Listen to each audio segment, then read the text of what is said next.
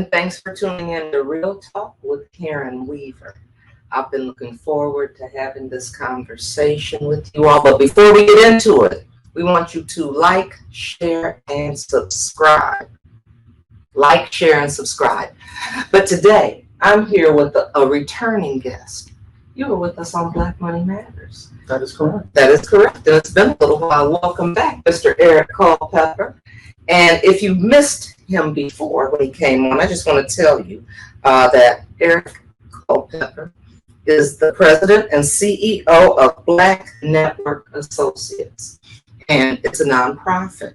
It's a nonprofit urban economic development organization, and we're going to get into that. And I'm excited to have this conversation because this is the month of August, and one of the things we've been doing in August is highlighting Black businesses, even though we highlight Black businesses all the time and talk about economic opportunity, empowerment, those kinds of things. But this is National Black Business Month. Right. And so we want to make sure we're having certain conversations. Right. So that's why I want to say thank you for coming. And, you've been busy since the last time you were here. Very busy. You've been very busy because you have a book. You've written a book. And I want to talk about this book. It's Time to Elevate, Codes of Conduct for the Betterment of Black America. Mm-hmm. I know it's a mouthful, but... It's a mouthful, but, okay, you're going to tell us about the Codes of Conduct for the Betterment of Black America. And I know that's really what your nonprofit is about, the betterment of Black America. Absolutely. So let's talk about that. Tell us about this book. So, the last time that I was here, we talked a little bit about how my nonprofit was founded and some of the principles that we were actually founded upon was through Claude Anderson, which wrote this book called Powernomics. And it's all about group economics because Black people are in the battle of economics, believe it or not. It's all about limited resources, who gets it and who has it, and those resources that are in our community. And so what we found is that when we practice group economics, we can be able to preserve the wealth in our community more so. That means that we have to build infrastructure. We have to have businesses. We have to have institutions. And so even if we look at bringing reparations in, we hear a lot of talk at the forefront right now because it's a politically charged season now. And everybody's talking about reparations. But what I always pose the question to our Black leaders is that without having that infrastructure in place, Black communities are a bucket with holes in it because the money is going to siphon in and it's going to siphon right back out. Well, that's what it does right now. That's what's happening now. That's the problem. Right. It's a net that the water just runs right through without catching anything. And so we understand that the way economics work is when you have the capability to cycle those dollars within that community more than 2 or 3 times to be able to really get the full effect of what those dollars are doing. So here's when we get to the book. Okay. So we know that it takes a psychological transition to be able to make the practice group economics because the question always comes up. We know that group economics work while we're not practicing it. And so what we found is that out of the transatlantic slave trade, Black people, prior to that, we had allegiance with one another. Yes, we did. And what happened during that whole course of the transatlantic over the 200-year, it broke that allegiance in Black people. So now other people, it weakened us to a point where other people are benefiting from our labor, our sweat equity, everything that we have that we can contribute, but we're not benefiting. The reward isn't there. So what we have to do is get back to having that cohesive relationship with one another, where we can love, support, and lift each other up in our communities. And in order to do that, we have to be able to have these codes of conduct. What this does is provide a roadmap for us to be able to practice. Now, this is not a comprehensive read. Okay. We did this on purpose, and we made this, you could read this in one afternoon, but it's packed with solid information. In the back of the book, we have something which is like 25 action steps that you can take, covering everything from social media, everything from civic duty, from political affiliation. Everything is in there to give you an action plan. Because, see, without action, there's nothing that we're going to be able to do. You can't practice the poweronomics. You can't do the group economics. You can't do any of that unless you have a reformation of mentality.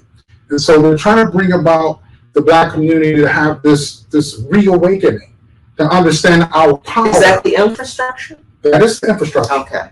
And so when we have that, then there's nothing that we can't do. Because once we realize that, it's not, the Democratic Party, it's not the Republican Party. Because it has to be us. It has to be us. It's got to be from the inside. Right. It's not going to be some external force that's going to come in and change it from the inside. It has to be us. We have to take the reins of what's happening in our communities, and then we have to fix it and come together. And the thing is, we have the power to do this. We do. We can do this. We do. When you look at We've gotten away from it. Yeah, we have. But when you look at the United States as a whole and how we contribute to the wealth of this country, exactly. There's no reason that we should be at the bottom of the economic totem pole. And so part of what we're doing in our nonprofit is we have a revitalization action plan. Okay. This book is part of that action plan. And what we're trying to do is we're trying to create systems that are going to stimulate income within our community. Okay, I have a question. Why do you think it is? Because we know things have happened. We've heard about how we've had all of these different Black Wall Streets and all of these different places. I know Flint had, we had, every place has had, and they've been destroyed, whether it was, a lot of it was intentionally. Some places were set on fire, people were killed, expressways have come through, all kinds of things have taken place. But why do we have to really be intentional about this. Right. Why do we have to work so hard to do this? Yeah. Other people do it. Other people turn over in their community. They turn their dollars over in their community. And we run and spend our money other places, and we're not talking about group economics. But you know what? You bring up a good point. Because you have a keen power of observation when it comes to what's happening in the Black community. Because you mentioned all of the communities that were thriving at one time and were destroyed as a result. And Tulsa was the only one.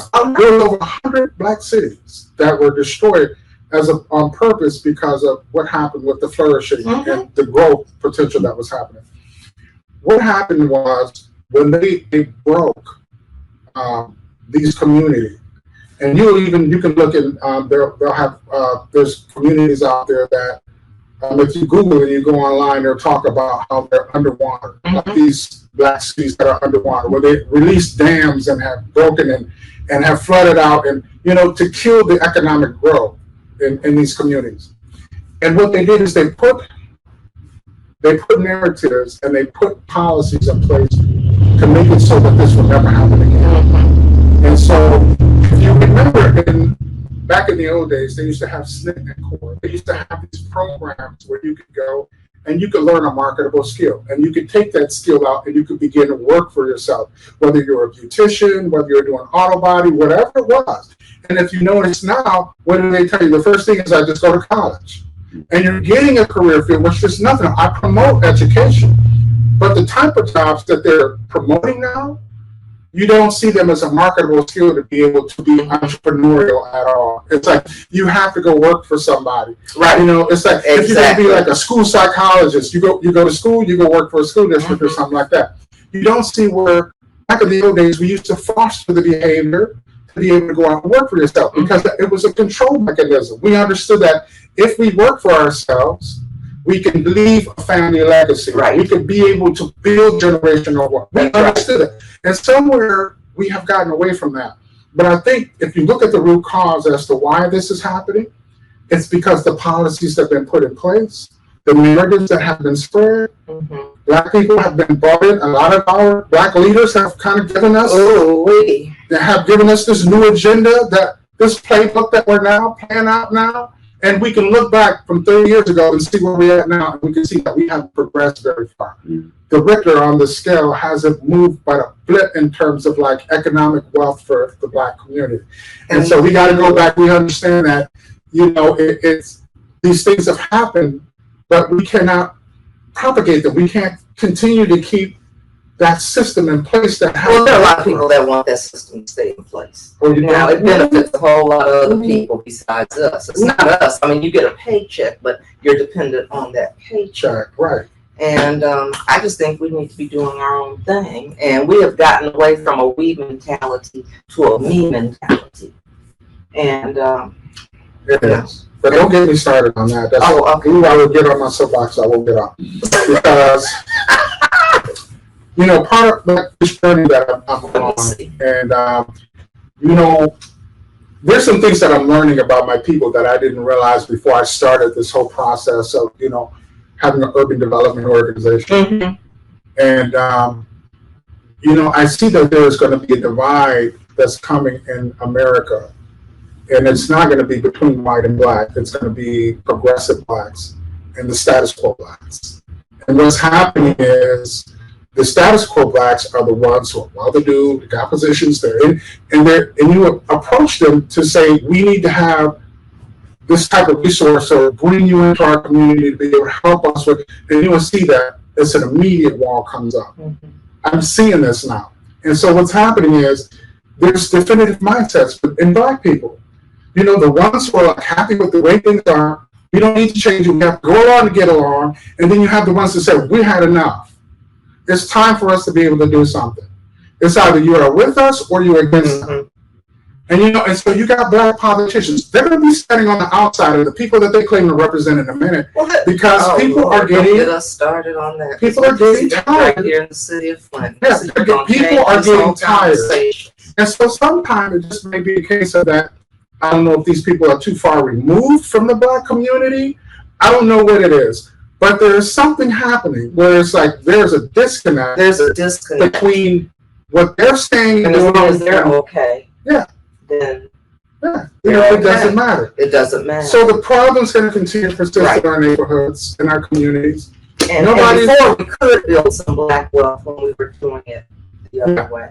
When we were talking about the group economics. So that makes me want to ask you, because some people may not have tuned in before, because you have Black Network Associates. Right. And that was I thought that was such a good thing. And so tell us about Black Network Associates, because I got excited about that. Absolutely. And so I mentioned our revitalization program. Mm-hmm.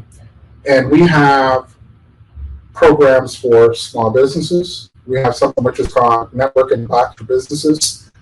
It is a program that we roll out for nonprofits and churches. And what it does is it provides a means for business to do more than just survive, but to thrive. Mm-hmm. We're all in survival mode. And we got to move out of the survival. Right. Yeah, we got to move out of the survival mode and get into the thriving mode. And here's what we do. We have put a learning management system on our platform. We have two, as a matter of fact. We have an internal learning management and we have an external. I'm going to tell you why this is important. It's because we know that education is the pathway to upward mobility. Let's say, for instance, if you were to go to college, you're studying for a career field. So you're preparing to go into like your job. Well, when you're in business, you can go to a business school and take classes to be able to, in marketing or business management, what have you. But by the time you graduate from high school, out of your college education, what's happening out here is obsolete in those books now. It's so it's like your accountants, people that are already in business, that are already doing, are successful. We have a hub of those now on the DNA platform. So you don't have to go to the school of hard knocks and kind of beat your head to kind of figure out what should I be doing. Everything you want to know about digital marketing, everything you want to know about content creation, all of that we have on our platform. So the fundamentals that you need to be in business, because I always say that you can't run a popsicle stand without knowing computers. You have to know how to turn on a computer and navigate a little bit. And that's one of the pigeonholes that I find in the Black community. Is that the young kids coming up, they know they're born with a smartphone right. But for some of the older generation, they're struggling with that. I can see them grappling. Was he looking at me?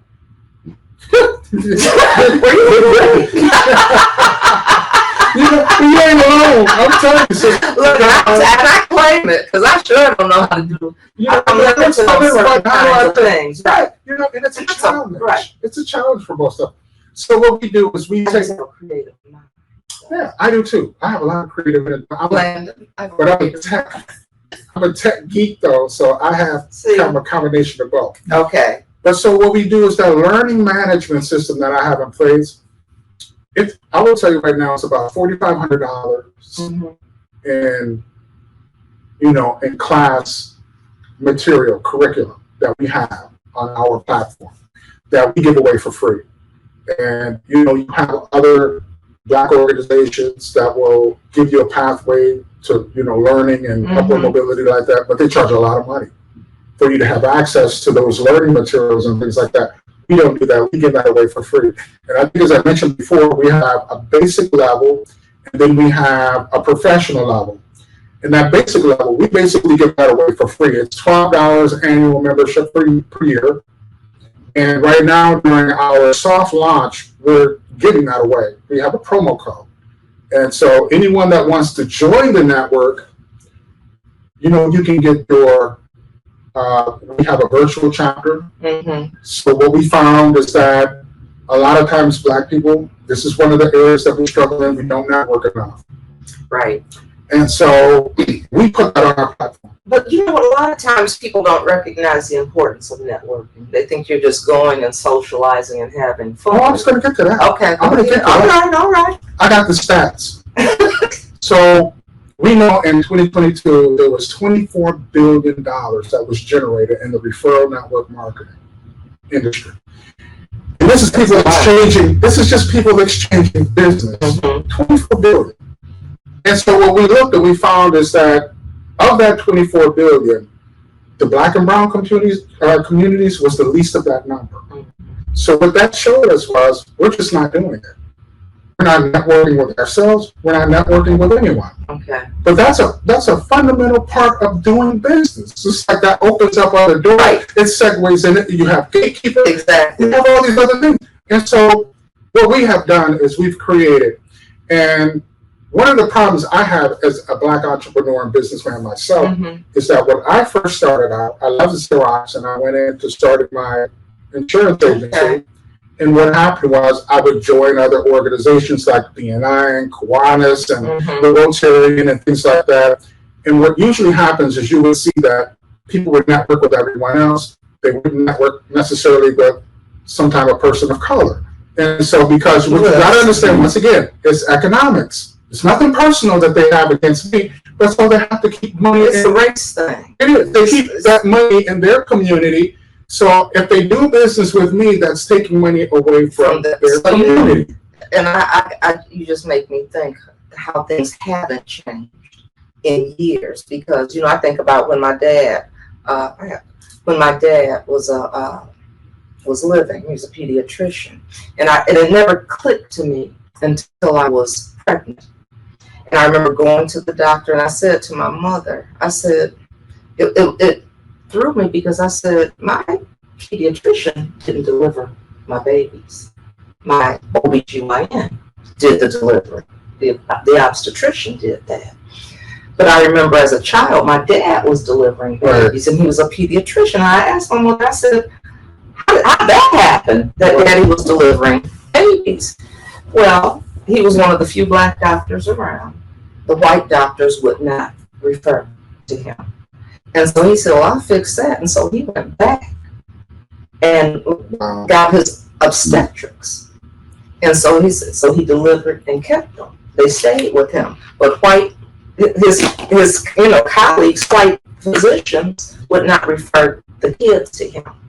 Okay. So Blacks would bring their kids already there, but usually the obstetrician sends you to a pediatrician. Right. And so he said, I'll fix this. And that was how he did it. But I mean, he stepped in and filled that role. Yeah. Wow. Yeah. And that's something my mother would say is, ain't nothing changed but the date on the calendar. Exactly. Because, we still do. And that's what I'm saying. That was the same back thing. then. That was in the 50s. But here's what you're going to learn, though. The 60s. This is what you're going to find out.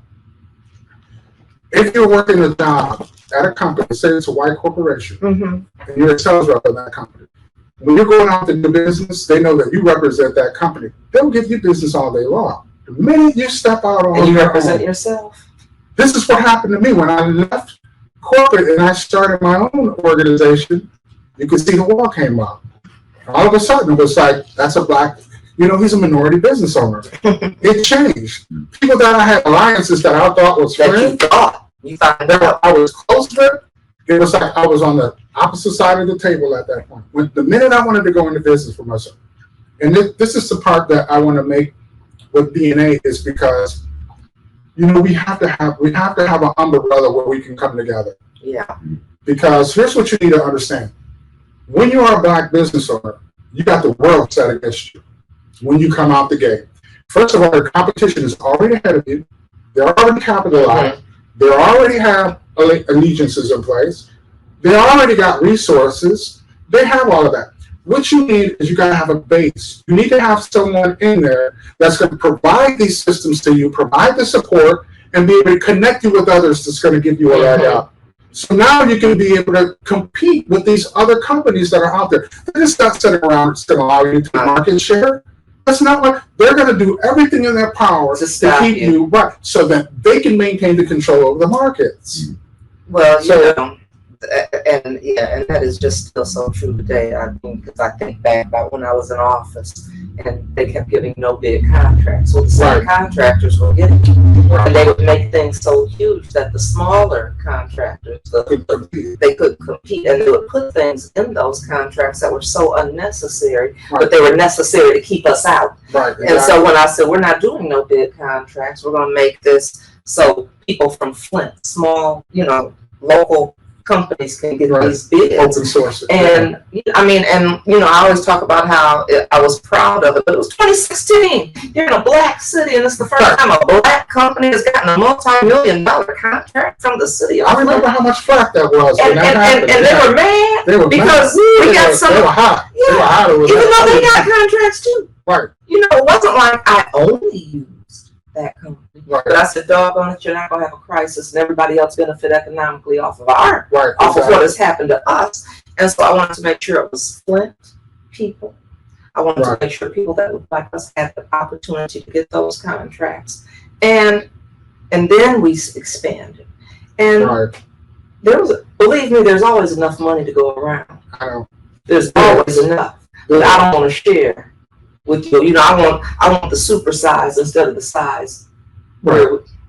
It's about controlling the resources. Yeah, and it's about power and control. And controlling the resources. Right. Absolutely. So this is my other thing too. Okay. Is that with our organization is we have a focus on churches. Mm-hmm. And I think I mentioned that if you Google and you look at how many churches are closed since COVID, because you got to remember, we couldn't congregate. Right. We couldn't get together. The assembly of they disbanded all of that. And then right after, we had this raging inflation that hadn't gone away. Mm-hmm. And so churches are reading from that, because what happened was, a lot of the congregation had to retool, because when the economy was shut down, people lost jobs. Right. They were out of work. They had to go back to school. They had to, all the stuff that happened. Churches have not recovered from that. No, they haven't. And so what we're saying is, we're telling you ought to see these black churches. They are struggling right now. So what we're telling them is that you can no longer afford to be just a place of worship anymore. You have to become a community center. Now, what happened under the Bush administration is that he had instituted this thing called faith-based funding. Okay. And so churches can apply for hot lunch programs, after school. They can do homeless shelters. They got just a whole, myriad of programs that they can be able to bring into their church and get this funding. So what we do is we help set them up to become a 501c3, get their nonprofit, their tax exempt, and then we show them how to tap those funds. Okay. And so now what we can do is, on our platform, we have it where you can do a scheduler, where you can actually send out broadcasts and you can send messages. And so now, once you have these programs in place, they can use the scheduler on our platform to be able to broadcast to everyone out in the community that you have these other programs now. Now you give people another reason to come and visit your church. So now you can be able to meet the spiritual needs, but you can also the physiological needs that people have. Right. You know, whether it's feeding or clothing, and that's what the churches are supposed to be there for. So we're saying you have to start embracing these other things to make that transition. So we have something for everybody. The small businesses we're trying to bolster, and then also that business in the box that I was telling you about. Yeah. What we're trying to do is also have nonprofits and churches become economic development arm in partnership with BNA. Okay. And by doing so, what it does, it'll stimulate money not only for the business community, but it also will stimulate money because we have an affiliate program that when people are upgrading and moving up to the higher professional level membership, it actually extends money to that organization.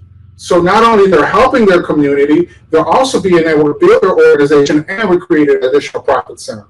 So it's a win on three fronts for those organizations, for churches, creating an additional profit center for them, connecting them with the community, bringing in additional programs for them, and same thing, we're doing the same thing for nonprofits.